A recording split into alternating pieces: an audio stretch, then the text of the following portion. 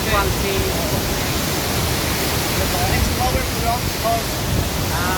โอ้แม่สวยงามมาก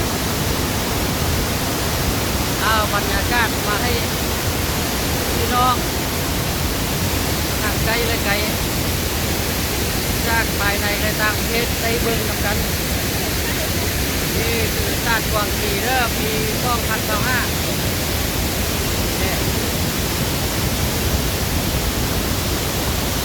เพราะว่าที่บุกปืนมาฮอดนี่โมเมนต์พวกง่าย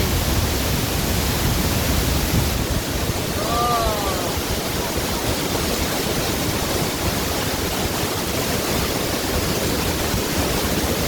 แบบสวยงามธรรมชาติเมืองลาว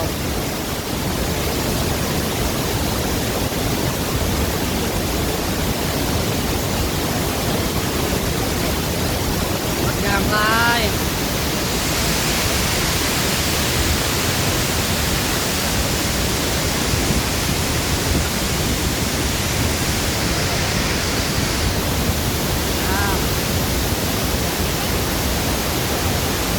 นั่งพักผ่อนนะครับ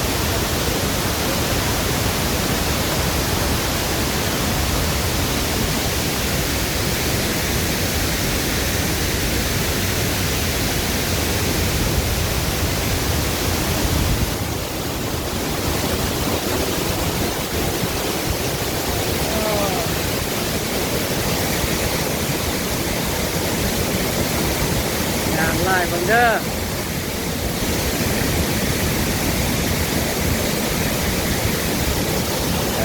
ตัวนี้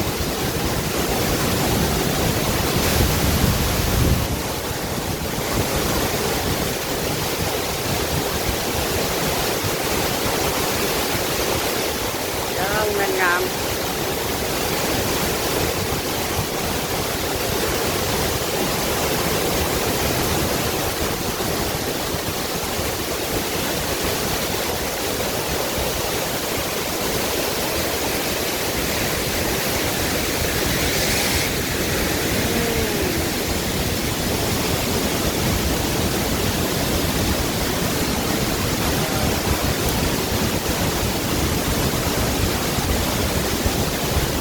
งามงามงาม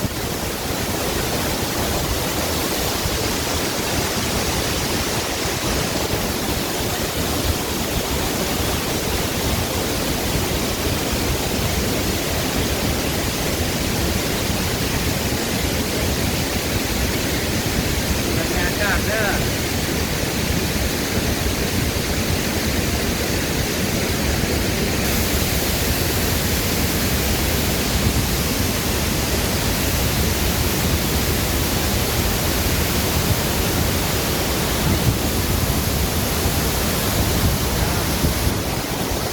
คนเมื่อยก็นั่งพักผ่อน